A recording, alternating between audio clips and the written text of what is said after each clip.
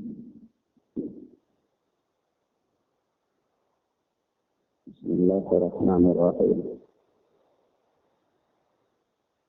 Assalamualaikum warahmatullahi wabarakatuh.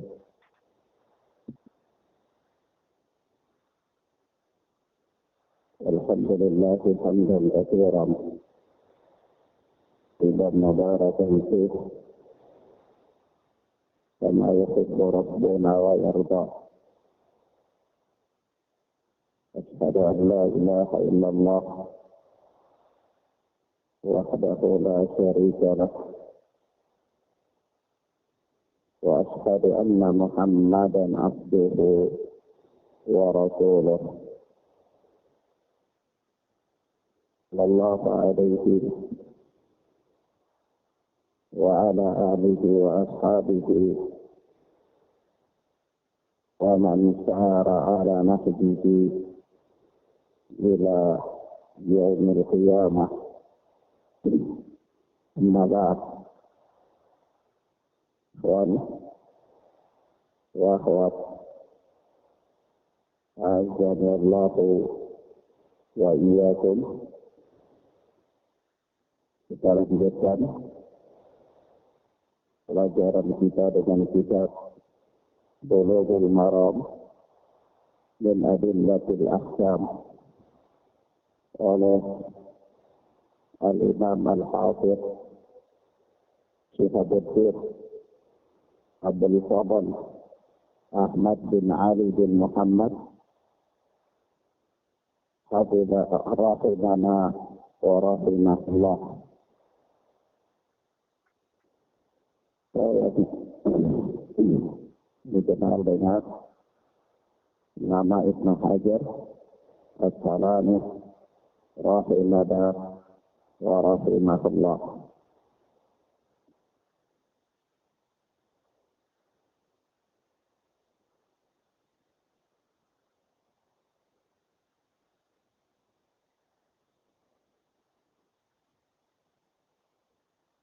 Akhwan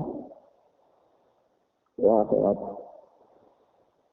kita masuk pada hadis yang ke-23 dari kitab Bulughul Maram. Yaitu berkata Al-Imam Al-Hafidh Syihabuddin Abdul Fadl Ahmad bin Ali bin Muhammad rahimana wa rahimahullah, wa an Maimunah radhiyallahu anha qalat, dan dari Maimunah radhiyallahu ta'ala anha dia berkata, Maimunah sebagaimana telah dimaklumi secara bersama bahwa beliau adalah salah satu dari istri Rasulullah sallallahu alaihi wasallam, yang merupakan salah satu di antara ummahatul mukminin, ibu kaum mukminin. Maimunah radhiyallahu ta'ala anha adalah saudari atau saudara perempuannya Ummul Fadl binti Lubabah, atau ibunya Ibnu Abbas radhiyallahu ta'ala anhu. Maimunah itu adalah saudara perempuannya mamanya Ibnu Abbas.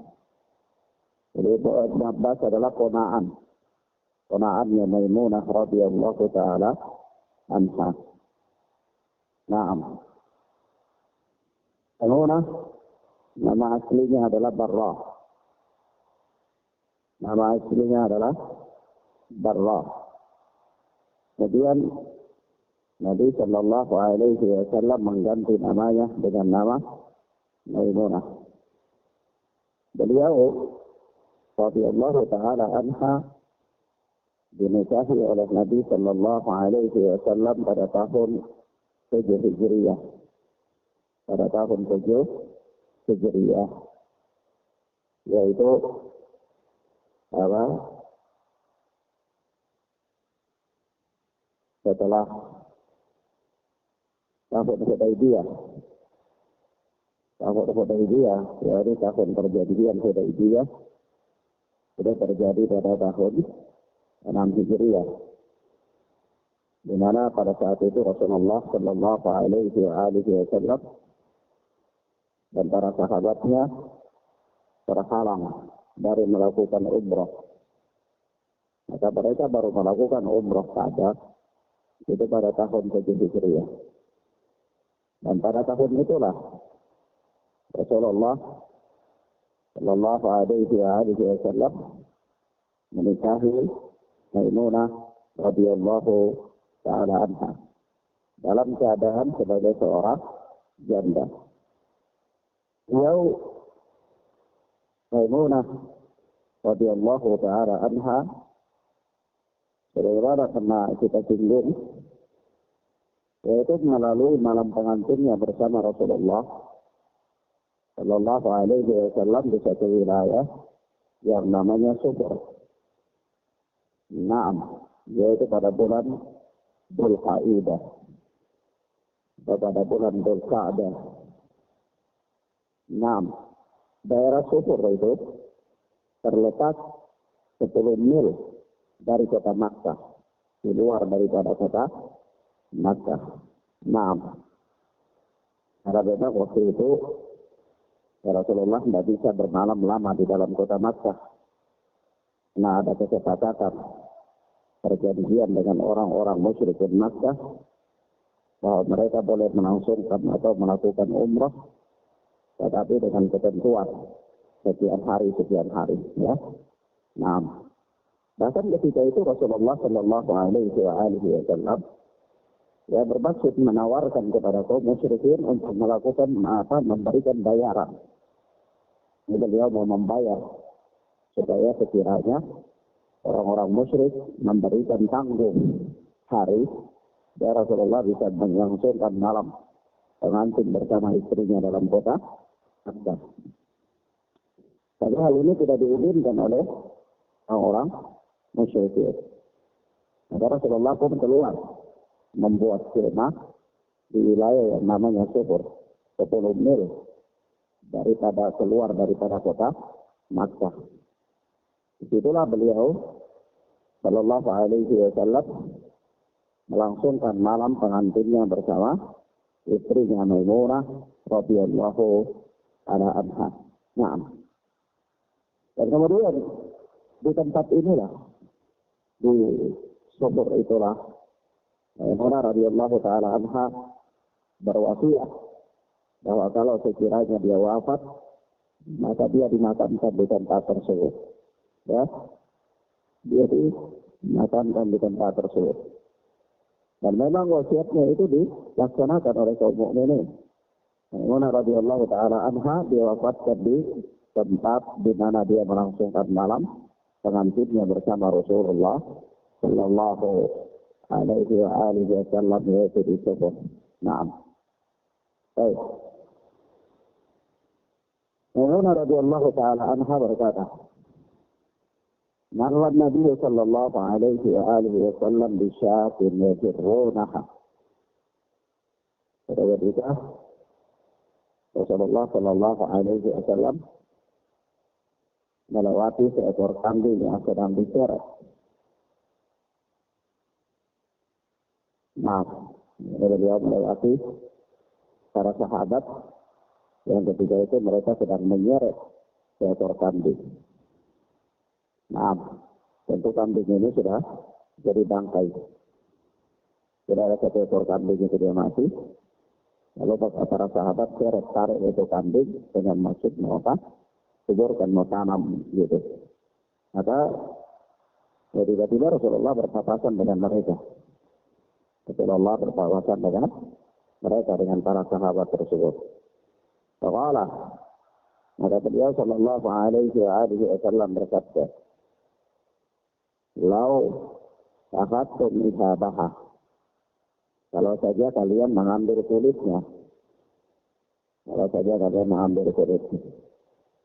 yaitu memanfaatkan kulit apa? Kulit kambing tersebut. Kambing dalam keadaan apa? Bangkai ya. Kambing dalam keadaan bangkai. Ketika para sahabat itu mau seret ini kambing, Rasulullah maksudnya sayang gitu, eman-eman. Kalau ditanam, kulitnya nggak diambil, padahal ini bisa dimanfaatkan. Ya, termasuk menyia-nyiakan harta. Menyia-nyiakan harta. Maka Rasulullah mengatakan kepada mereka, para sahabat ketika itu, "Lau akhadtum inhabaha." Kalau saja kalian mau mengambil apa? Kulitnya. Nah, memanfaatkan kulitnya. Faqalu innaha maitatun. Maka mereka berkata, sesungguhnya dia bangkai ya Rasulullah. Karena para sahabat paham ya, bangkai itu najis. Bangkai itu apa? Najis. Nah, ketika kambing ini dia mati dan para sahabat hendak menguburkannya, menanamnya, itu Rasulullah mengatakan, andai kalian mau memanfaatkan kulitnya, para sahabat menjawab bahwa innaha maitah. Ya, ini bangkai ya Rasulullah. Ya, ini para sahabat memahami bahwa ini bangkai najis. Bagaimana kami bisa memanfaatkan kulitnya? Ini mereka belum paham ilmunya. Ya, belum tahu. Dan tahu kalau seandainya orang sekiranya bangkai itu bisa dimanfaatkan kulitnya. Ya, nah. Maka Faqal, apa kata Rasulullah sallallahu alaihi wasallam? Kata beliau, yutahhiruhal ma'u wal qarab. Ya. Air dan daun salam itu dapat membersihkannya. Dapat ya, mensucikannya. Nah, ini air dan daun salam dapat apa? Dapat mensucikan kulit bangkai tersebut. Nah, Allahu a'lam bis-shawab. Al-Hafidz Ibn Hajar Al-Asqalani rahimahana wa rahimahullah akhrajahu Abu Dawud wa An-Nasa'i. Hadits itu diriwayatkan oleh Al-Imam Abu Dawud dan Al-Imam An-Nasa'i rahimahana wa rahimahullah. Ini adalah hadits yang sahih. Hadits ini adalah hadits yang sahih. Sebagaimana disahihkan oleh Al-Imam Al-Syaikh Al-Mujaddid Al-Allamah Al-Albani rahimahana wa rahimahullah. Baik. Ikhwan wa akhwat, a'azzani Allah wa iyyakum. Di dalam hadis ini ada beberapa pelajaran penting. Ada beberapa pelajaran penting. Yang pertama, yang hadis ini menunjukkan kepada kita bahwa bolehnya memanfaatkan kulit bangkai. Bolehnya apa? Memanfaatkan kulit bangkai. Ya. Padahal kita telah tahu secara bersama bahwa bangkai itu najis. Maka kulit daripada hewan yang telah menjadi bangkai otomatis juga adalah najis. Ya. Nah, tapi boleh memanfaatkannya. Boleh memanfaatkannya. Nah, ada di sini ada catatan ya bahwa bolehnya memanfaatkan kulit bangkai ya dengan catatan atau dengan syarat. Dengan syarat. Yaitu sama. Sama terlebih dahulu. Sama terlebih dahulu. Nah, apa itu disama? Ya sama itu di sini. Nanti katakan air yang dicampur dengan al-qarab, daun salam, lalu direbus dalam panci yang besar, lalu kulit itu ditaruh di dalam. Ala kulli hal sama dengan segala macam bentuk yang dapat menghilangkan lendir dan bau yang sebagaimana telah kita jelaskan pada pertemuan-pertemuan yang lalu. Ya. Nah, karena fitnah Allah yang kedua, faedah yang kedua dari hadis yang mulia ini ada isyarat tentang larangan daripada menyia-nyiakan harta. Larangan daripada menyia-nyiakan harta. Nah,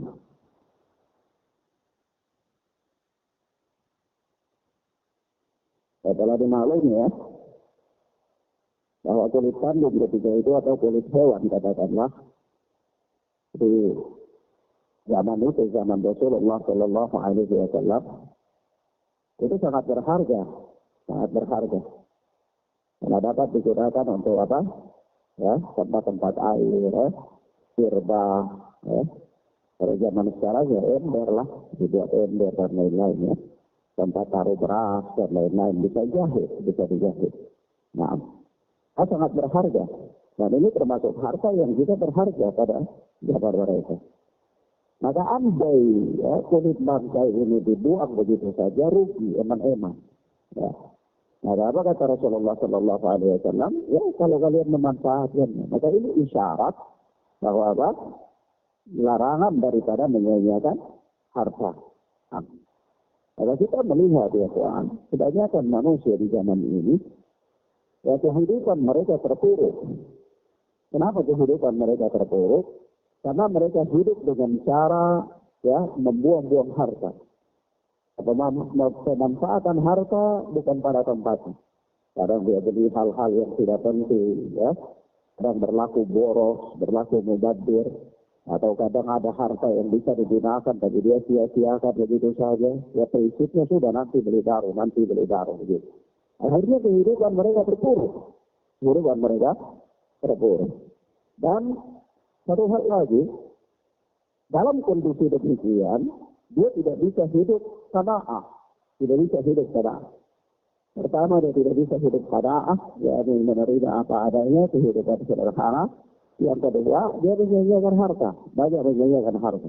Maka kehidupannya jadi terpuruk. Ya, nah, banyak membelanjakan harta bukan pada tempatnya. Itu kadang-kadang melihat ada orang itu, ya, katakanlah punya gaji, ya, punya uang. Satu bulan misalnya bisa dapat 5 juta, 8 juta, 7 juta misalnya. Tapi nyaris kehidupan mereka itu belum habis tanggal, uangnya sudah habis. Padahal kalau kita lihat dia makan sama saja. Ya, tidak makan sekali makan itu emas 2 gram atau 3 gram, enggak. Ya, makannya nasi 1 piring 1 hari, sama. Ya, makannya juga sayur, sama makannya juga ikan. Pakaian juga sederhana, sama dengan pakaian kita. Tidak ada pakaiannya itu harga 5 juta, 7 juta, tidak ada. Sama saja dengan kita. Tapi apa? Kehidupannya kok demikian. Apa yang salah? Ya cara hidup yang salah. Hidup yang salah. Yaitu di sini apa? Menyia-nyiakan harta. Berembuan, menyia-nyiakan harta itu masuk dalam banyak konteks. Orang bisa terhitung menyia-nyiakan harta apabila dia menginvestasikan harta itu terlalu besar pada hal-hal yang tidak penting. Misalnya ada kuburan. Lalu dia investasikan hartanya begitu besar untuk bangun kuburan misalnya. Beli semen, beli batu, beli pasir, bangun kuburan tinggi besar. Apa faedahnya? Ini menyia-nyiakan harta. Menyia-nyiakan apa? Harta. Tidak ada faedahnya di situ. Nah, samping dia melanggar larangan syariat, dia telah menetapkan hartanya atau mengalokasikan hartanya bukan pada tempatnya. Akhirnya hal-hal yang penting yang dia harus lakukan dengan harta itu tidak bisa terjangkau. Nah, kadang-kadang juga kita lihat, ya, investasikan hartanya yang terlalu besar bukan pada tempatnya, ini adalah sumber yang membuat kehidupan seseorang bisa terpuruk. Nah, kita lihat ya, kadang-kadang beli hal-hal yang tidak faedah, tidak bermanfaat. Kadang beli es 5.000, beli es 10.000. Padahal kalau hanya soal aus dan minum air, misalnya. Nah, kadang beli makanan, kue-kue, jajanan yang begitu banyak, ya, habiskan anggaran tidak faedah. Nah, padahal bayangkan kalau dia beli kue itu harganya misal 20.000. Padahal kalau 20.000 itu misalnya dia makan nasi, maka itu sudah 3 piring bisa kejam sampai 2 hari. Ya. Nah, kalau ini terhitung sebagai apa mengalokasikan harta itu bukan pada tempat. Nah, ini penyediaan harta. Nah, baik. Kemudian yang berikut dari hadis yang mulia ini bahwa Agama Islam ini adalah agama yang sangat sempurna. Agama Islam ini agama yang sangat sempurna. Nah, kesempurnaannya banyak. Ya, salah satunya adalah di sini.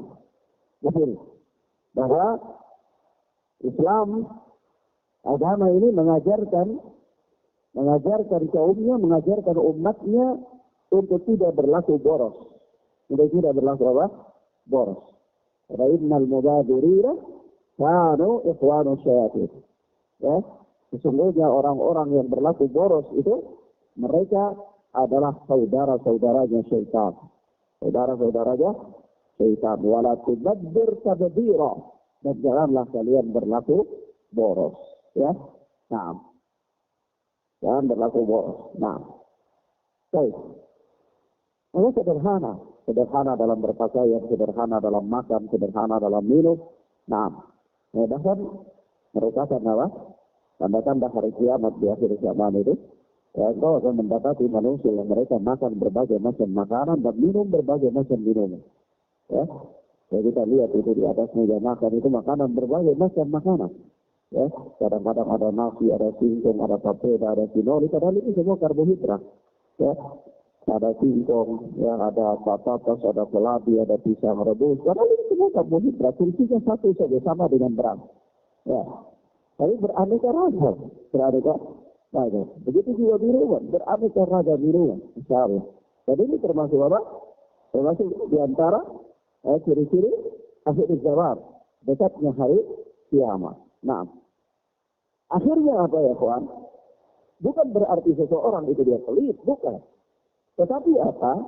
Kalau seseorang dia berlaku boros dalam kehidupannya, maka nanti dia itu terjebak dalam suatu sistem kehidupan, yaitu hari-harinya dia bekerja untuk kehidupannya saja. Nah, kalau dia bekerja untuk kehidupannya saja, bekerja untuk isi perutnya saja, maka dia akan lalai dari ibadah. Padahal tujuan seseorang makan dan minum itu bukanlah tujuan kehidupannya. Tujuan Allah Subhanahu wa Ta'ala menciptakan manusia atau tujuan kehidupan manusia itu adalah untuk mereka beribadah kepada Allah Subhanahu wa Ta'ala. Maka Allah Subhanahu wa Ta'ala berfirman, "Wa ma khalaqatul jinna wal insa illa liya'budun." Tidaklah aku menciptakan makhluk dari kalangan jin dan manusia melainkan supaya mereka beribadah kepada-Ku. Kenapa? Supaya mereka beribadah kepada-Ku. Jadi tujuan dari kehidupan manusia itu untuk beribadah kepada Allah. Hanya saja manusia butuh makan, hanya saja manusia butuh minum. Untuk apa? Untuk mempertahankan kehidupannya. Maka makannya dia itu sekedar untuk menopang kehidupannya. Minumnya dia untuk sekedar menopang kehidupannya. Untuk apa? Untuk dia bisa beribadah kepada Allah Tabaraka wa Ta'ala. Tapi kalau sekiranya ya, sistem hidup kita, gaya hidup kita, manajemen kehidupan kita itu keliru, keluar daripada koridor syariat, maka yang terjadi adalah nanti kehidupan kita itu untuk makan. Kehidupan kita untuk makan. Kenapa kehidupan kita untuk makan? Sadar atau tidak sadar? Karena hari-harinya kita bekerja adalah untuk makan saja. Sampai capek. Untuk lihat ya, hari ini kalau orang terlambat sholat berjamaah, bagi dia biasa-biasa saja. Tapi kalau orang terlambat ke kantor, maka itu bagi dia masalah besar. Masalah besar. Padahal urusan kantor dan urusan ibadah, mana yang lebih gede? Urusan ibadah lebih besar. Tapi kenapa? Karena persoalan makan bagi seseorang jauh lebih besar daripada persoalan ibadah. Maka dari itu ketika dia terlambat dari melakukan ibadah, dia tahan-tahan saja. Dia saja. Tapi kalau dia terlambat daripada melakukan amalan-amalan atau pekerjaan-pekerjaan untuk mendapatkan kehidupan dunia, akan stres. Dia stres. Ya dia takut. Hari ini orang bisa lari-lari kejar-kejaran sampai tidak sarapan pagi misalnya untuk masuk di kantor. Tapi tidak ada orang yang lari-lari kejar-kejaran untuk hadir di saf yang pertama melakukan sholat berjamaah. Tidak ada. Sama sekali tidak ada. Ya kan? Nah, tidak ada orang juga yang lari-lari untuk bersedekah di suatu hari atau suatu pagi misalnya. Padahal Rasulullah Shallallahu Alaihi Wasallam mengatakan setiap hari itu ada 2 orang malaikat yang mendoakan seorang hamba. Apabila seorang hamba di pagi harinya dia berinfak, maka malaikat itu berdoa, ya Allah, gantikanlah kepadanya yang lebih baik dan berikanlah dia rezeki. Ya, dan malaikat berdoa kepada orang yang bakhil di hari itu, cahaya Allah, malaikat mendoakan kepadanya dengan doa keburukan.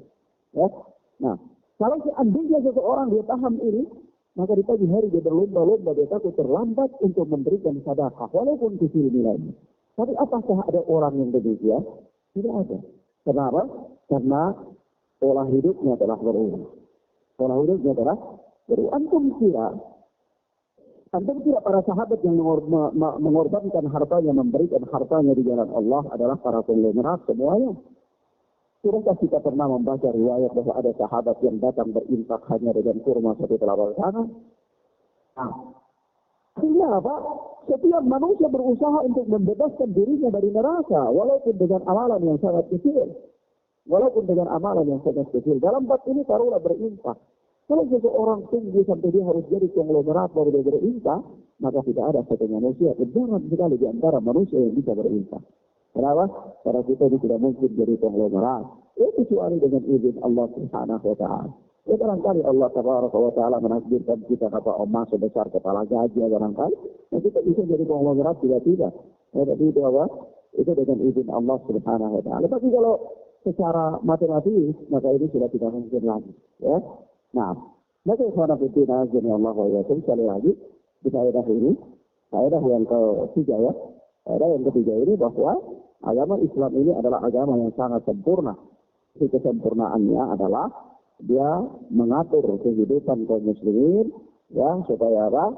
Dia mengatur kehidupan umatnya supaya tidak berlaku boros, tidak berlaku boros. Nah, kalau kita berlaku boros maka kita akan menjadi hamba dunia. Kita akan menjadi hamba dunia. Coba antum lihat ya, kalau orang itu dia berlaku boros maka semua kebutuhannya tidak bisa terpenuhi. Kebutuhannya tidak bisa terpenuhi. Ada kadang-kadang dia buang hartanya, belanjakan hartanya untuk hal-hal yang tidak penting. Kadang-kadang dia harus beli gula-gula karet 20.000.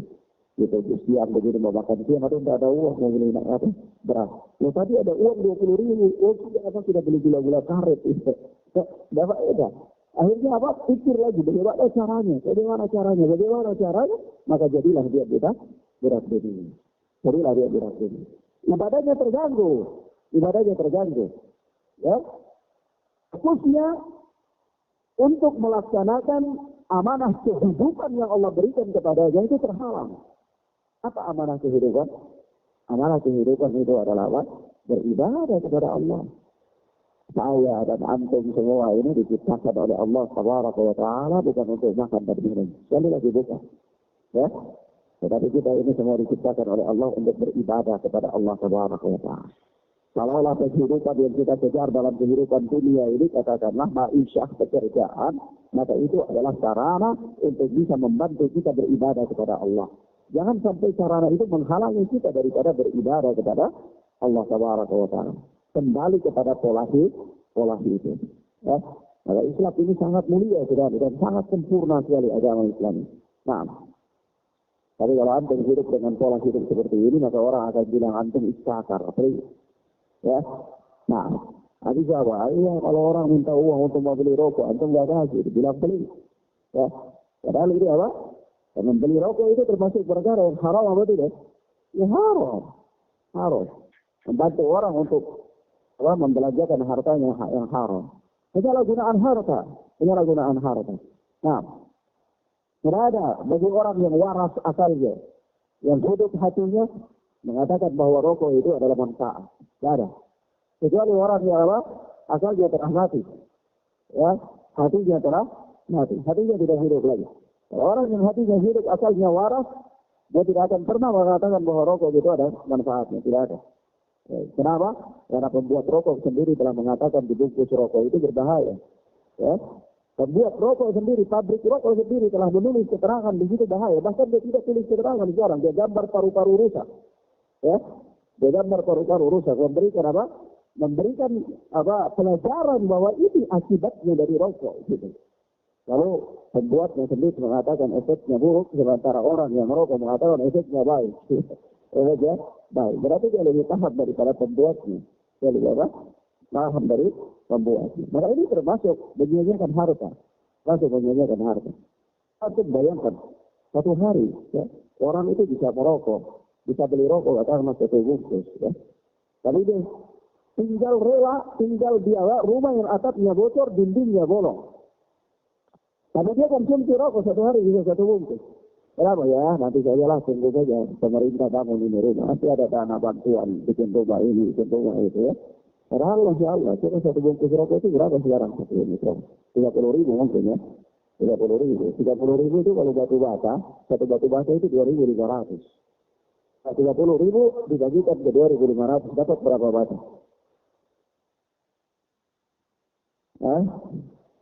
Setiap kalian tuh mau beli 1 bungkus rokok, antum belikan ke batu bata. Begitu. 12 batu bata. Oh, Masya Allah. 12 batu bata. Ya. Kalau 10, berarti 120 batu bata, iya. 10 bungkus berarti 120 batu bata. Itu antum sudah bisa bikin rumah, di lingkaran di bawahnya itu sudah bisa disusun itu batanya. Nah, 2 bungkus rokok sudah bisa dapat 1 sak semen. Ya. Ya, ini kembali kepada pola hidup. Maka Islam yang sangat mulia dan sangat lengkap ini mengatur pola hidup manusia agar mereka tidak jadi budak dunia. Ya, mengatur pola hidup manusia agar mereka tidak jadi budak dunia. Nah, ada apa? Ada celaan terhadap orang-orang yang menjadikan kehidupan dunia ini sebagai budak. Dia menjadi budak terhadap dunia. Nah, itu disebutkan oleh Rasulullah Sallallahu Alaihi Wasallam dalam hadis yang lainnya, apa? Sungguh apa? Saya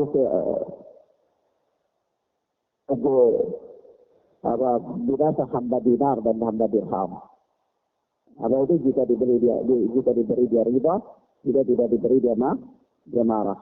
Ya. Kadang hidupnya itu mau diberi saja. Karena pola hidupnya sudah susah, salah, akhirnya dia susah.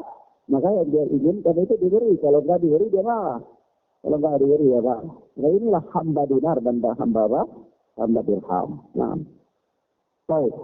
Kemudian Rasulullah bin Azza wa Jalla selanjutnya berkata Al-Hafidh Ibn Hajar Al-Asqalani rahimahullah wa rahimahullah. وعن أبي ثعلبة الخشني رضي الله عنه قال dari Abu Tha'labah Al-Khusani radhiyallahu anhu. Abu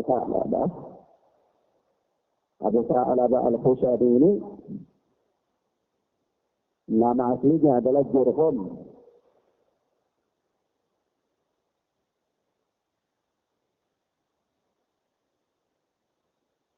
Nama aslinya adalah Jurhum. Beliau ini ikut dalam Bai'atur Ridwan. Ya pada tahun Hudaybiyah. Yaitu pada tahun 6 Hijriah. Nah.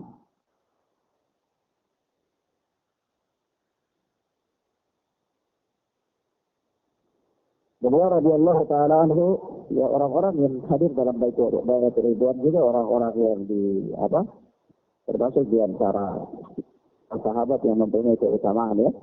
Sahabat yang mempunyai keutamaan yang banyak. Orang-orang yang hadir dalam Bai'atur Ridwan itu termasuk di antaranya adalah Khulafaur Rasyidin, ya, Abu Bakar, Umar, Utsman, Ali. Memang Utsman waktu itu tidak ada dalam pembaiatan. Tapi Utsman termasuk dalam orang yang berbaiat. Kenapa Utsman tidak ada? Waktu itu Utsman bin Affan jadi delegasi, ya, jadi utusan yang diutus oleh Rasulullah Sallallahu Alaihi Wasallam ke Makkah untuk melakukan musuh dengan orang-orang musyrikin Makkah. Ya. Nah, sampai jadi Bai'atur Ridwan itu Utsman bin Affan belum kembali karena dia tertahan. Di sana, maka para sahabat itu sudah panik. Mereka baiat kepada Rasulullah sampai kalau misalnya Utsman bin Affan tidak kembali karena mereka khawatir orang-orang musyrik telah membunuhnya. Ya, maka kalau akhirnya Utsman bin Affan tidak kembali maka mereka siap untuk berperang. Ya, dalam Bai'atur Ridwan itu. Ya. Nah, ada tidak lama kemudian Utsman bin Affan kembali setelah terjadinya Bai'atur Ridwan. Bai'atur Ridwan itu Umar bin Khattab di bawah pohon bersama Rasulullah itu beliau sambil tahan ranting pohon untuk Rasulullah berteduh. Jadi dia itu pegang rantingnya agar rendah, diangkat sama Umar ibn Khattab radhiyallahu taala anhu. Rasulullah sallallahu alaihi wasallam sendiri berbaiat atas nama Utsman bin Affan. Maka Utsman bin Affan termasuk dalam baiat Ridwan. Kenapa Ustaz? Kita harus tahu orang-orang yang hadir dalam baiat Ridwan. Nah, orang-orang yang hadir dalam baiat Ridwan ini termasuk orang-orang yang punya keutamaan sangat banyak. Orang-orang yang punya keutamaan sangat banyak. Nah, baik. Maka di antaranya adalah sahabat Abu Sa'labah Al-Khushani atau Burhud. Baik. Beliau radhiyallahu taala anhu berkata, "Qultu ya Rasulullah." Aku bertanya, wahai Rasulullah, "Inna di ardi qaumin ahli kitab." Sesungguhnya kami ini tinggal di wilayah suatu kaum dari ahli kitab. Atau kami tinggal di bersama dengan ahli kitab. Ya Rasulullah, sesungguhnya kami tinggal bersama dengan ahli kitab, di lingkungan yang bersama dengan ahli kitab. Nah, suatu wilayah bersama dengan ahli kitab. Dan ada muslimin, ada ahli kitab, Nasara, Yahud, Muslim, begitu bercampur ya. Nah, ya kalau sekarang ini kurang lebih mungkin orang tinggal itu seperti di Waipia, ya, atau tinggal di Taumulu, ya. Di satu meter, kira-kira begitu. Nah, wilayah wilayah ahli kitab.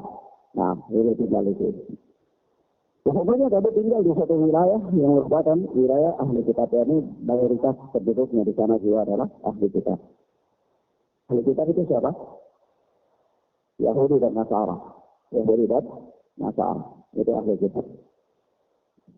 Ya, dikatakan ahli kitab karena mereka adalah orang-orang yang mempunyai kitab samawi, kitab yang turunnya dari langit, yaitu Injil dan Taurat. Meskipun di belakang hari mereka merubah kitab tersebut, tapi mereka tetap dianggap sebagai ahli kitab. Ya.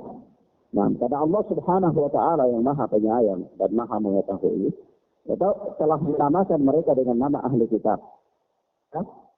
Dan Allah Subhanahu wa taala tahu bahwa nanti di akhir zaman atau di suatu waktu mereka akan rubah isi kitab mereka. Tapi Allah tetap menyebut mereka dengan nama ahli kitab. Ya. Nah, kalau seandainya mereka ketika merubah kitab mereka lalu tidak dinamakan dengan ahli kitab, maka pasti Allah mengabarkan kepada kita.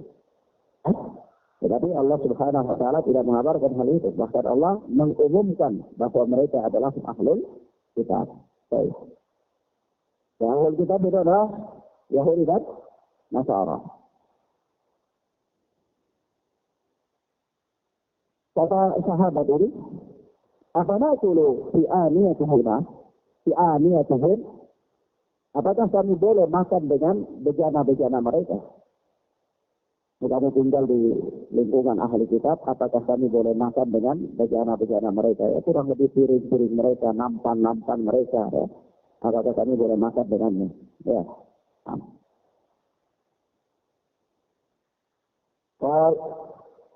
Maka kata Nabi Sallallahu Alaihi Wasallam, "Apa kulu suha?" Tidak boleh kalian makan dengannya. Tidak boleh kalian makan padanya. Tidak boleh makan dengan bejana-bejana ahli kitab itu. Illa an la tajidu ghairaha, kecuali apabila kalian tidak mendapati bejana-bejana yang lain. Kecuali apabila kalian tidak mendapati bejana-bejana yang lain. Fakhuluha wa kulu fiha. Maka silah dia dan makanlah padanya. Kalau misalnya kalian tinggal di perkampungan ahlul kitab, atau kalian jadi musafir, jadi mampir di perkampungan ahlul kitab misalnya, tidak ada bawa apa-apa, ya, misalnya mau makan, pas makan, ya, ada kenalan atau ada yang memanggil, misalnya makan makanan yang halal di situ, secara lengkap, ya, makanan yang halal, tapi piringnya ini punya ahli kitab, ya, piringnya punya ahli kitab. Boleh tidak kita makan dengan piring ahli kitab, tetapi di situ tidak boleh, kecuali apabila tidak ada piring lain lagi, tidak ada tempat yang lain. Kalau tidak ada tempat yang lain, maka caranya cuci dulu, baru kemudian boleh makan dengan baik. Itu makna umum dari hadis ini. Kata Al-Habib muttafaqun alaih. Hadis ini adalah hadis muttafaqun alaih. Nah, hadis yang disepakati kesahihannya oleh Al-Imam Bukhari dan Muslim dalam sahih keduanya. Ikhwan fillah, azanillahu wa iyyakum. Di dalam permasalahan ini, para ulama berselisih pendapat. Ya, dalam permasalahan ini permasalahan bolehkah makan dari piring-piring atau bejana-bejana ahli kitab. Ya, itu para ulama berselisih pendapat. Nah, sebagian ulama mengatakan bahwasanya haram hukumnya kecuali apabila tidak mendapati piring-piring yang lain.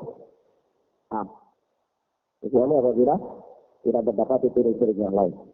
Dengan syarat dicuci terlebih dahulu. Ya. Pertama kita ketahui bahwa para ulama berselisih pendapat tentang hukum menggunakan hukum apa makan dari piring-piring ahlul kitab.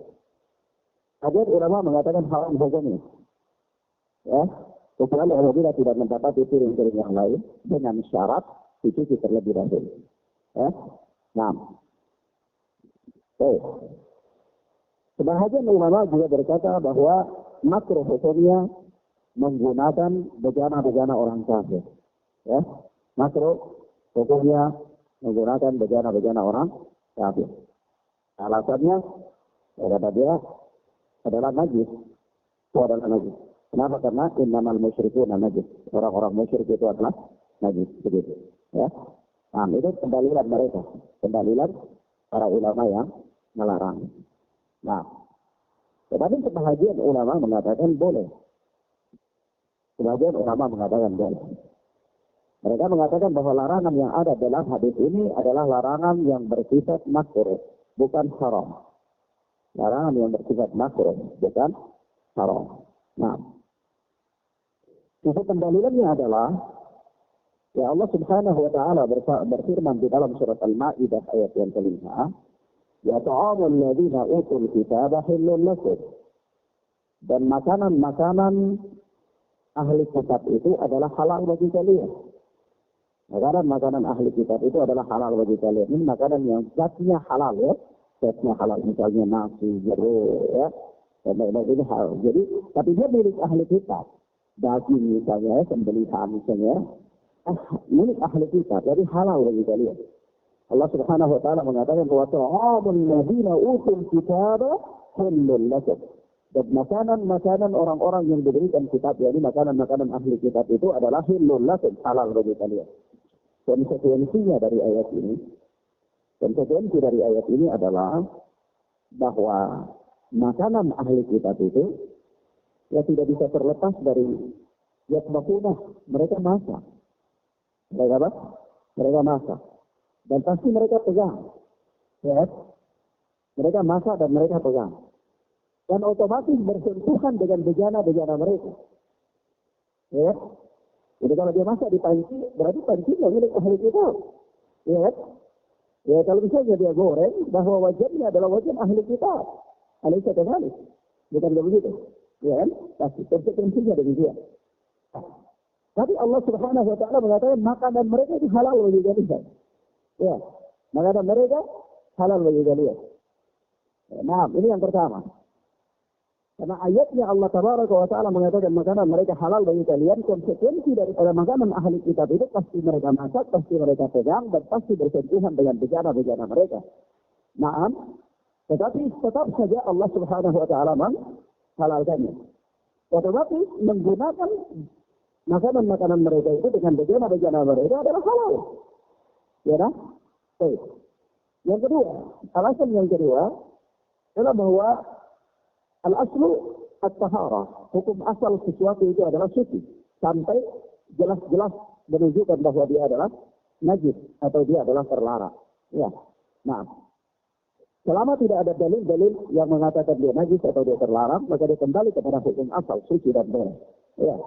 Nah, atas dasar pertimbangan inilah pendapat yang kuat di antara pendapat para ulama yang kita pilih adalah bahwasanya larangan yang ada dalam hadis ini adalah larangan yang bersifat makruh, bukan haram. Bukan haram. Nah, ya. Baik. Kalau kemudian Ustaz, di sini terlebih dahulu ini nilai afdaliyah, lebih afdal. Ya, kalau misalnya antum lihat ada rencana, kemudian di sisi dulu baru dibahas, ini lebih afdal. Perintah di sini perintah mustahab. Ya. Perintah suci pada hadis ini adalah perintah yang bersifat mustahab, disukai. Ini afdal. Ya. Tapi larangan yang ada pada hadis ini larangan yang bersifat makruh. Ini pendapat yang rajih. Pendapat yang kita anggap kuat. Nah, jawaban atas pendapat yang selain ini, di mana mereka mengatakan bahwa orang musyrik itu adalah najis, ya, berdalil dengan ayat ini, maka kita katakan bahwa najis yang dimaksudkan di situ bukan najis badan mereka, tetapi najis adalah agama mereka dan keyakinan mereka. Ya, buktinya apa? Ya, buktinya Rasulullah Sallallahu Alaihi Wasallam mengizinkan orang-orang musyrik itu masuk dalam masjid. Masuk dalam apa? Masjid. Sebagaimana kisah Umamah bin Utsal. Umamah bin Utsal itu ketika ditangkap, ditawan jadi tawanan perang, itu dibawa masuk ke dalam masjid dalam keadaan dia masih musyrik. Ya, masih musyrik. Andai dia najis, tubuhnya itu tidak mungkin Rasulullah mengizinkan untuk memasukkan barang najis ke dalam masjid. Tidak boleh. Ya kan? Nah, maka bukan badannya yang najis, bukan fisiknya yang najis. Tetapi apa? Agamanya yang najis, keyakinannya yang najis. Baik. Paham ya? Nah. Kemudian yang Fakabidin. Azani Allahu wa iyyakum.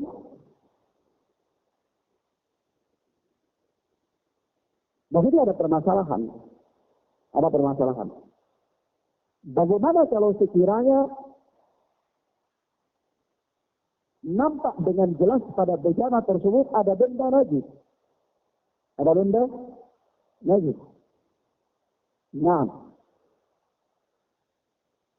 bagaimana kalau sekiranya nampak dengan jelas pada bejana tersebut ada benda najis? Nah, maka jawabnya adalah haramun.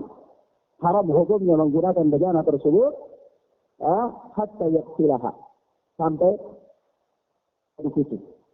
Sampai dari situ. Kalau misalnya pada bejana itu ada benda najis, katakanlah misalnya bangkai kusuk misalnya, ya. Kusuk itu bahasa Indonesianya apa? Kuskus, ya. Kuskus, ya. Atau ada bangkai kucing misalnya. Kalau bangkai kan najis, ya. Bangkai kucing kemudian dia potong-potong, dia masak di situ. Kita sudah lihat itu bangkai najis, ya kan? Najis. Kita lihat dengan jelas dia taruh di piring atau di wajan. Kita mau gunakan wajan itu. Kalau haram digunakan sampai di situ. Sampai di apa? Di situ. Nah, ya. Baik. Yang penting tergantung dari najis yang kita lihat.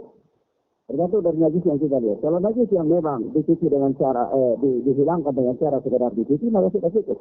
Tapi kalau najis yang memang harus dicuci dengan 3 kali seperti anjing, maka harus dicuci 3 kali seperti anjing, seperti najisnya anjing, ya kan? Paham ya? Nah, ini apabila kita lihat dengan jelas, nampak dengan jelas. Tapi kalau sekiranya tidak nampak, Ustaz, ragu-ragu, ini kan pasti mereka sudah masa-masa, ya. Makanan haram di panci-panci mereka ini, maka jawabnya jangan takalluf. Jangan memberat-beratkan diri dalam perkara tersebut, ya. Nanti antum akhirnya tidak bisa jalan di bumi karena apa? Ada asumsi. Nah, ini pasti tadi di sini ada kotoran anjing, ini ada kencing anjing, pasti bisa.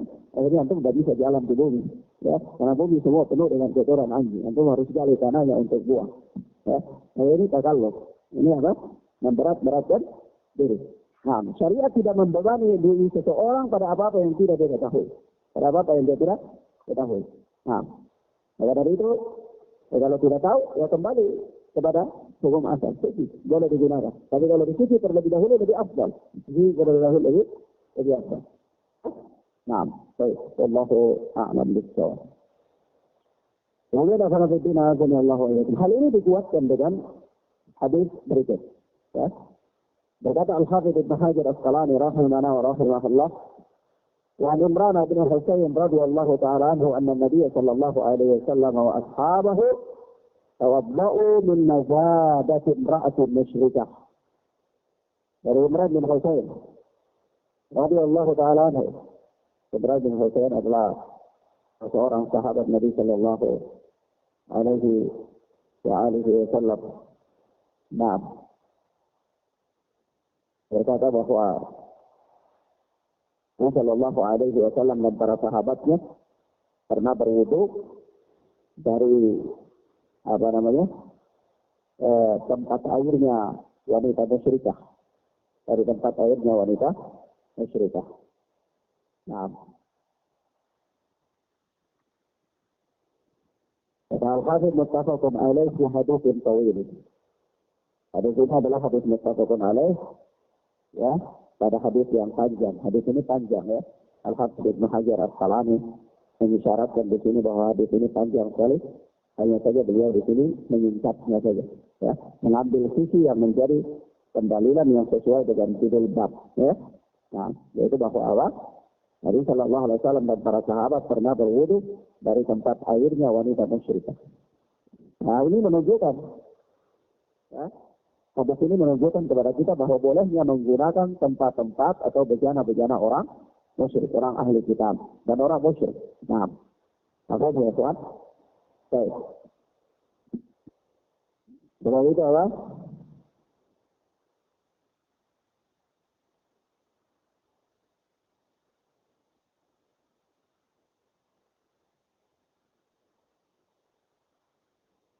Lalu ini kembali kepada apa yang sudah kita katakan tadi. Nah, kembali kepada pemanfaatan bejana-bejana orang-orang musyrik. Nah, alatul hal hadis ini adalah dalil terhadap apa yang telah kita katakan, ya, pendapat yang telah kita kuatkan, ya, dalam membahas hadis Abu Tha'labah al-Khushani di atas, ya. Nah, bahwa bolehnya menggunakan apa? Tempat-tempat bejana-bejana orang musyrik, baik untuk makan atau untuk selain makan. Kecuali apabila kita melihat dengan jelas di sana ada benda-benda yang najis, maka dia harus dibersihkan terlebih dahulu. Kalau benda najisnya adalah benda yang dalam pandangan syariat cukup dibersihkan dengan cara dicuci, maka cukup saya. Tapi kalau dibersihkan dengan cara misalnya dicuci 7 kali seperti jilatan anjing, maka harus dibersihkan dari 7 kali dibersihkan dengan cara dicuci 7 kali. Sebagaimana membersihkan jilatan anjing. Nah, kalau begitu misalnya ada daging babi di piring, ya, piringnya atau di jajan orang musyrikah. Sementara kita ini mau goreng ikan, mau goreng pisang. Bagaimana ini Ustaz? Ya, apakah wajan ini harus dicuci 7 kali? Maka jawab dia tidak. Jadi dicuci 1 kali saja. Dicuci 1 kali. Ustaz daging babi saja. Ya, ini para ulama berkhilaf. Para ulama berkhilaf tentang najisnya daging babi. Apakah dia sama dengan daging anjing atau dia tidak sama dengan daging anjing? Walaupun hal, ya, dia najis, tetapi syariat tidak menunjukkan kepada kita cara mencucinya sebagaimana mencuci daging anjing, ya, atau najis anjing. Nah, maksudnya, adapun dia diharamkan untuk dimakan babi. Ya, Hurmat alaikumul maitatu wa damu wa lahmul khinzir. Diharamkan bagi kalian darah, bangkai dan daging babi. Tetapi syariat tidak menunjukkan kepada kita bahwa daging babi itu atau najis babi itu dicuci sebagaimana mencuci najis anjing. Tidak. Kalau Ustaz kita katakan dia haram dimakan, ya kita katakan bangkai juga haram dimakan, darah juga haram dimakan. Tapi apakah ketika Anda terkena najis bangkai Anda cuci 7 kali? Tidak, syariat tidak menunjukkan itu. Ya. Nah, apakah ketika dia ada darah misalnya, apakah darah itu kemudian menjadi najis? Ya, padahal para sahabat sholat, ya, dengan luka yang masih mengalir. Begitu pula Umar bin Khattab, begitu dia ditusuk dalam keadaan sholat itu masih tetap sholat, padahal darah sudah mengucur. Andai najis maka dia tidak akan sholat. Nah, di sini, ya, haram dimakan, tapi bukan berarti dia najis. Darah itu, ya.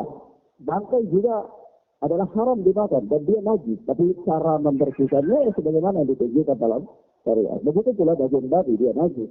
Tetapi apa? Syariat tidak menjelaskan kepada kita bahwa cara membersihkannya sebagaimana membersihkan babi apa? Najis anjing. Nah, hanya saja sebahagian mazhab Syafi'i menyamakan babi ini dengan anjing. Lalu mereka mengatakan bahwa babi dan anjing itu tergolong dalam najis mughallabah, najis yang berat. Ya. Nah, tetapi ini istidlal saja, ini istidbaq, ijtihad. Tapi nas yang syarah tidak ada tentang babi itu demikian, tidak ada. Paham ya? Baik. Sebab itu ya kawan fillah azza wa itu ini pembahasan fikih. Wallahu ta'ala a'lam bis-shawab. Selanjutnya berkata Al-Hafidz Ibnu Hajar Al-Asqalani rahimana wa rahimahullah. Wa ana Anas bin Malik radhiyallahu anhu. Dan dari Anas bin Malik yang Allah telah meridainya. Dari Anas bin Malik yang Allah telah meridainya.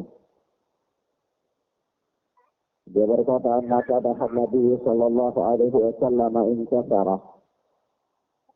Pada suatu ketika cangkir Nabi sallallahu alaihi wasallam itu atau tempat minum ya, cangkir tempat minum sere atau begitulah tempat minum Nabi sallallahu alaihi wasallam itu inkasara, retak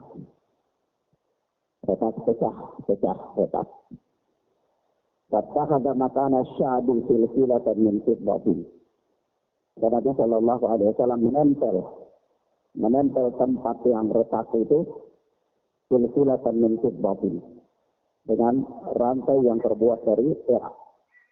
Jadi ada tempat minum Nabi retak, hanya ditempel itu dengan tempelan yang terbuat dari perak. Tempat itu silsilah, dia rantai seperti rantai gitu ya. Nah, itu rantai atau bukan rantai, itu bukan topik. Yang jadi topik di sini adalah ditempel dengan perak. Ya. Kenapa ditempel dengan perak?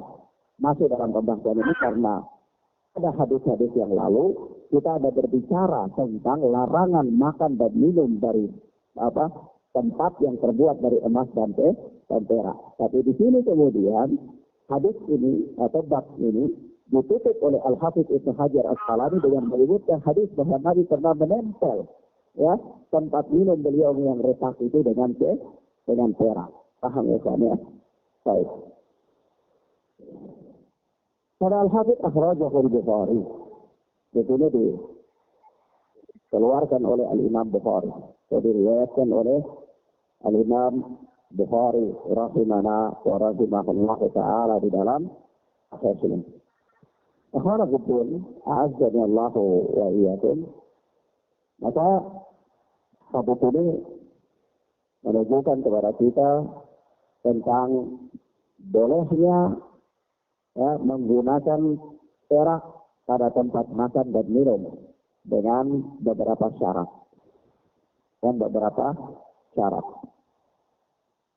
Syarat yang pertama ayyakuna hendaklah perak tersebut dia sedikit saja dia merupakan tempelan. Hendaklah perak tersebut merupakan apa? Tempelan.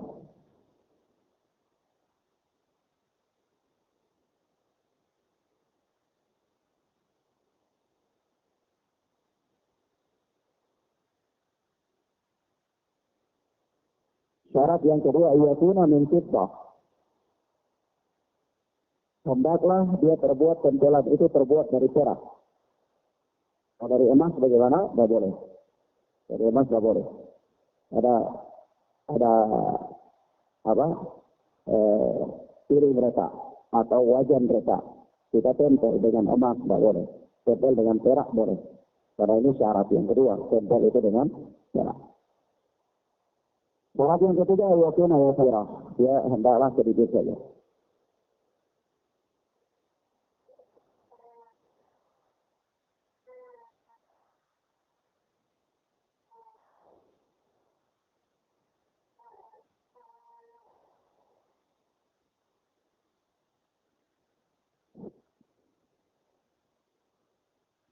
Mari kita lihat dalam Syarhul Mumti keterangan Syekh ini.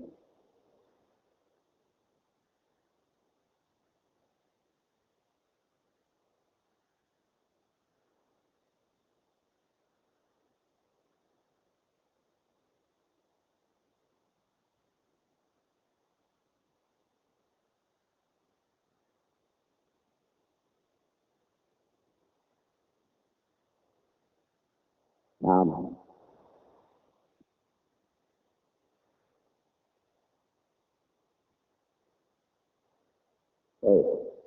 syarat ini disebutkan ya. Disebutkan oleh Al-Alama Ibnu Utsaimin rahimahullah di dalam Syarhul Mumti jilid 1 halaman 56. Jilid 1 halaman 56.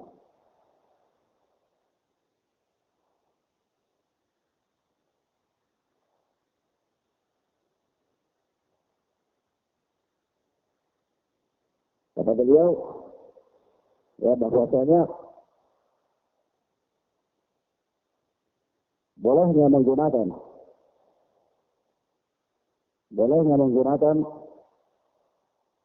perak sebagai tempelan pada tempat makan atau minum itu dengan beberapa syarat. Syarat. Pertama, antakuna dhabbah, ya ini dia merupakan tempelan. Yang kedua, antakuna min fiddah, dia antakuna yasirah. Yang kedua itu dia sedikit saja. Yasirah. Tadi apa anak katakan begini? Yang kedua apa? Ayakuna min fiddah, ya, dia terbuat dari perak. Jadi kalau emas tidak boleh, begitu ya. Ya. Yang ketiga, ayakuna yasirah. Tempelan itu sedikit saja, tidak boleh banyak. Yang keempat, ayakuna li hajah. Hal itu dilakukan karena ada kebutuhan. Jadi kalau hanya sekedar, misalnya sekarang itu ada orang bikin mangkok tapi hiasannya dari perak, ya kan? Ada, itu tidak boleh. Karena itu tidak ada hajat. Hal itu tidak ada hajat. Ada hajat itu ya kalau untuk misalnya rusak lalu ditempel, ya. Nah, itu ada hajat. Jadi anak itu nazarnya Allah ya itu. Hal ini keluar dari keumuman larangan pada awal-awal sahih hadis yang kita bacakan di awal-awal bab ini ya. Larangan makan dan minum dari bejana yang terbuat dari perak dan emas. Maka semuanya adalah perak atau semuanya adalah emas atau ya merupakan campuran emas dan perak. Maka ini merupakan pengecualian. Ya itu boleh. Boleh pada piring dan bejana atau mangkok atau gelas-gelas. Ya, itu boleh ada perak. Tetapi dengan syarat, boleh dengan syarat. Syaratnya, dia merupakan tempelan saja. Yang kedua, dia itu perak saja. Tidak boleh. Tempelan itu dari emas, tidak boleh. Ya kan? Perak. Yang ketiga, dia sedikit saja. Tidak boleh banyak. Sedikit saja yang ada pada gelas itu. Dan yang keempat adalah dia karena ada hajat, ada kebutuhan.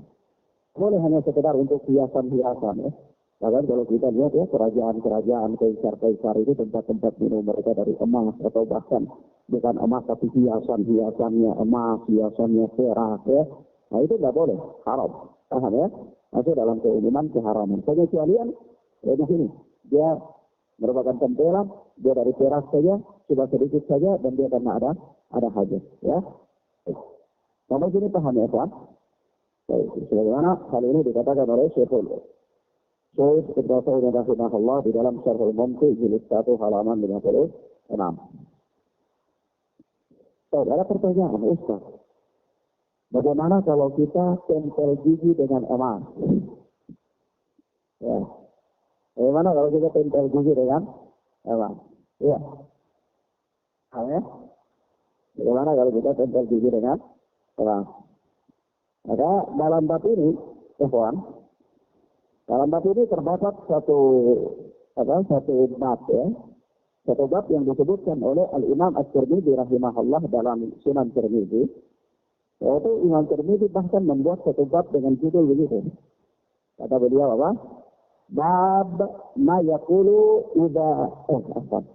bab ma ja'a fi lubsil Nanti. Bab maja'a fi syaddul asnani bid-dahab. Yaitu bab keterangan tentang menempel gigi dengan emas. Sekarang tentang menempel gigi dengan ini banyak ya. Orang-orang pakai gigi emas. Orang-orang kalau pakai gigi emas itu Masya Allah. Dia senyum terus. Tidak senyum ya. Ada maksudnya juga ya. Bukan karena dia baik hati. Bukan. Tapi kadang-kadang senyum ya. Karena ingin memperlihatkan gigi emasnya. Masya Allah. Luar biasa. Maka di sini Imam Tirmidzi membuat bab khusus ya. Bab keterangan tentang menempel atau ya menempel gigi dengan emas. Kata beliau, kata Imam Tirmidzi, haddatsana Ahmad bin Malik. Telah bercerita kepada kami Ahmad bin Malik. Qala haddatsana Ali bin Hashim bin Barid wa Abu Sa'd Faghani. Telah bercerita kepada kami Ali bin Hashim bin Al-Barid dan Abu Sa'ad As-Saghani. An Abil Ashhab, dari Abu Ashhab. An Abdurrahman bin Tarafah, dari Abdurrahman bin Tarafah. An Arfajah bin As'ad, dari Arfajah bin As'ad. Dia berkata, Arfajah bin As'ad ini salah seorang sahabat Nabi Sallallahu Alaihi Wasallam ya. Dia salah seorang sahabat, insyaAllah ya. Sahabat Nabi di banyak ya, kadang-kadang kita nggak tahu nama-nama mereka. Seperti ini namanya kan sangat asing ya, Arfajah. Ya, namanya sangat asing. Anda pernah dengar ada sahabat yang nama Arfajah? Belum pernah kan? Ini kali pertama kan? Nah, ya, sahabat yang bernama Arfajah bin As'ad, dia berkata, "Yusibu anfi yawmal quladi fil jahiliyah." Pada masa jahiliyah itu, hidungku ini pernah terkena sabetan perang. Ada perang yang namanya perang Kulab. Jadi masa jahiliyah ada perang namanya perang Kulab. Yaitu dalam peperangan tersebut akhirnya hidungnya ini terkena sabetan perang. Nah, fattakhadhu anfan min wariqin sa'antana aliyya. Lalu aku tempel hidungku itu dengan perak. Tempel hidungku dengan perak. Sudah patah barangkali gitu ya. Bisa dikuat dengan pen atau tempel dengan perak begitu. Maka apa yang terjadi? Sa'antana aliyya. Bau busuk. Dari busuk. Rusak bau busuk. Amarani Rasulullah sallallahu alaihi wasallam an attakhidha anfan min dhahabin. Maka Nabi sallallahu alaihi wasallam memerintahkanku untuk membuat hidungku itu dengan emas. Jadi tempelan itu ya, penyangga yang dari perak itu diganti dengan dengan emas, kata Nabi sallallahu alaihi wasallam ya. Hadis ini adalah hadis yang hasan. Hadis ini adalah hadis yang yang hasan. Ini adalah jawaban bahwa bagaimana kalau tadi bejana itu kebolehan menempelnya hanya dengan perak, nggak boleh emas. Kalau ini misalnya hidung atau gigi, ya Nabi Shallallahu Alaihi Wasallam memerintahkan untuk menempelnya dengan emas, bukan dengan perak. Kalau kita katakan boleh, yang demikian itu boleh. Apa perbedaannya emas dengan perak? Ya, perbedaannya emas dan perak kalau dipakai ya pada manusia, ya itu biasanya yang lebih bertahan dan tidak membuat jadi busuk itu emas. Ya, kalau perak itu dia tidak bertahan dan dia bisa membuat daging itu jadi busuk. Nah, inilah perbedaannya. Ya, inilah perbedaannya. Nah, ini masuk dalam bab darurah, kebutuhan hajat yang sangat. Maka dari itu, kalau ada orang yang misalnya dia pakai penyangga yang terbuat dari emas misalnya, boleh saja. Kalau Ustaz ada kan laki-laki dilarang menggunakan perhiasan dari emas, kita katakan iya, tapi ini bukan bab perhiasan. Ini bukan bab perhiasan. Ini bab pengobatan. Ya. Nah, mafhum ya, Pak? Baik. Jadi kalau ada orang pada gigi emas, apa-apa sih, jangan ada. Tapi kalau misalnya ada sesuatu yang lain lebih daripada itu, ganti dengan yang lain lebih bagus. Ya. Menghindari perkara-perkara yang bisa menjadi syubhat itu lebih bagus. Ya. Nah. Baik.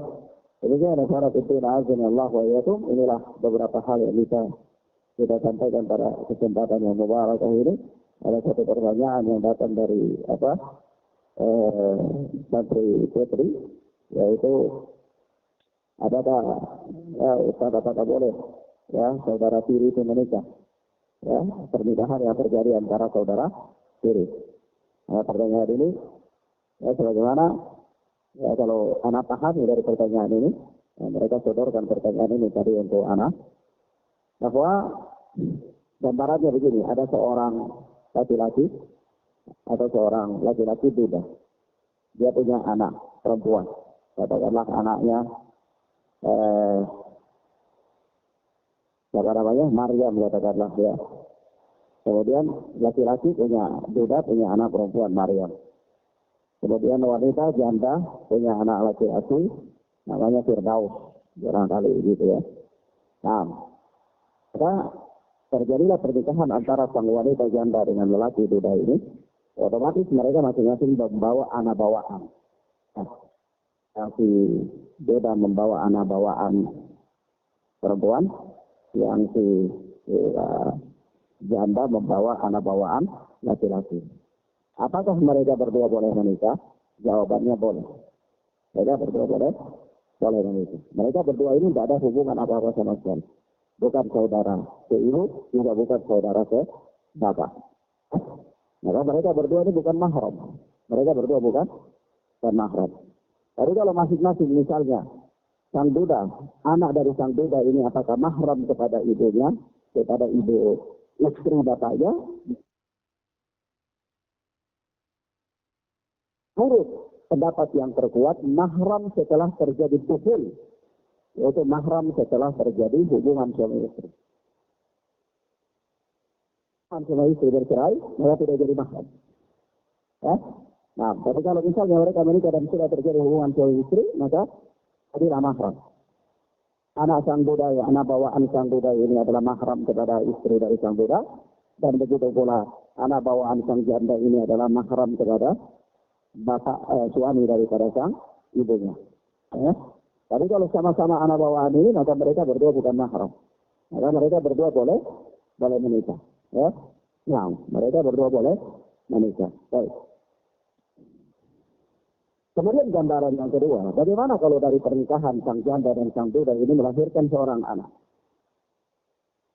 Melahirkan seorang anak. Apakah anak itu boleh menikah dengan saudara seibunya atau boleh menikah dengan saudara seayahnya? Maka jawabannya tidak boleh. Jawabannya tidak boleh. Karena dia, anak ini, kalau dinisbatkan kepada bapaknya, maka dia akan saudara sebapak dengan anak daripada bapak itu. Kalau dinisbatkan kepada ibu, maka dia akan menjadi saudara seibu dengan anak daripada ibu tersebut. Maka dia adalah poros tengah, mahram kepada anaknya bapaknya dan mahram kepada anak ibunya. Nah, sangat ya. Maka dia tidak boleh. Dia mahram kepada kedua belah pihak. Baik. Nah, seperti itu ya. Wallahu ta'ala a'lam bis-shawab. Demikian karena biduna azanallahu wa iyyakum. Inilah beberapa hal yang bisa kita sampaikan pada kesempatan yang mubarakah ini. Dan kalau antum punya pertanyaan sedikit, nanti insyaallah disodorkan kepada pelajaran Bulughul Maram supaya kita jawab bi'idznillah ta'ala. Allahumma yassir lana wa la tu'assir alaina. Allahumma barik lana fima a'tait. Allahumma barik lana fima a'tait. Allahumma inna nas'aluka rizqan thayyibah wa ilman nafi'a wa amalan mutaqabbalah. Allahumma inna nas'aluka rizqan thayyibah wa ilman nafi'a wa amalan mutaqabbalah. Allahumma arina al-haqqa haqqan warzuqna ittiba'ah wa arina al-batila batilan warzuqna ijtinabah. Wa sallallahu ala nabiyyina Muhammad wa ala alihi wa sahbihi wa sallam. Subhanakallahumma bihamdika asyhadu an la ilaha illa anta astaghfiruka wa atubu ilaik. Assalamualaikum warahmatullahi wabarakatuh.